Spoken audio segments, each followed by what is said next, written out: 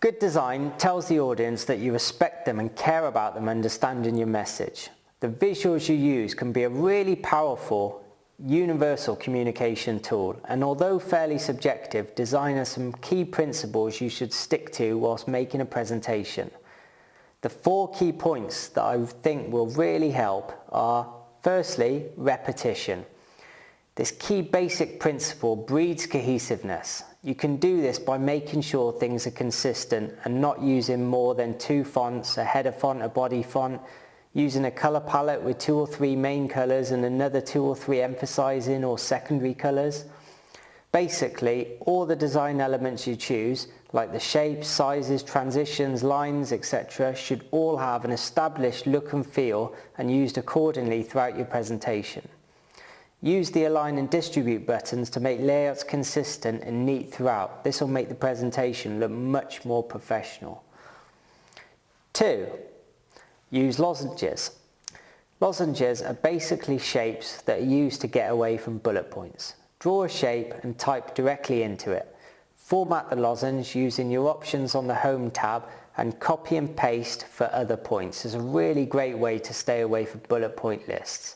Finally, if you're using a widescreen presentation, think about your content horizontally instead of vertically. 3. Use good visuals. We certainly are a visual species, so try and use big, powerful images. These can be key for your audience to understand and act upon your message. They can be ideal for emotional responses or a really great vessel to talk around. It's best to avoid tired cliches like the close-up handshake images we've all seen in corporate material. Respect the impact of visuals by sourcing images that are relevant and interesting to convey your message and help your story.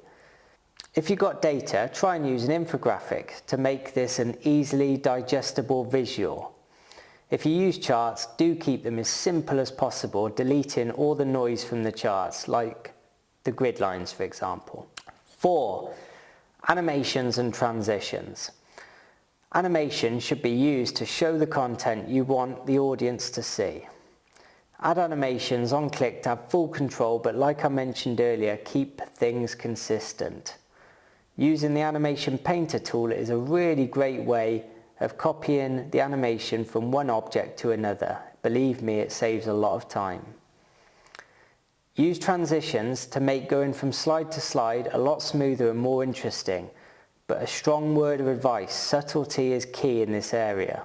Don't distract from the story or message you're trying to tell. Thank you.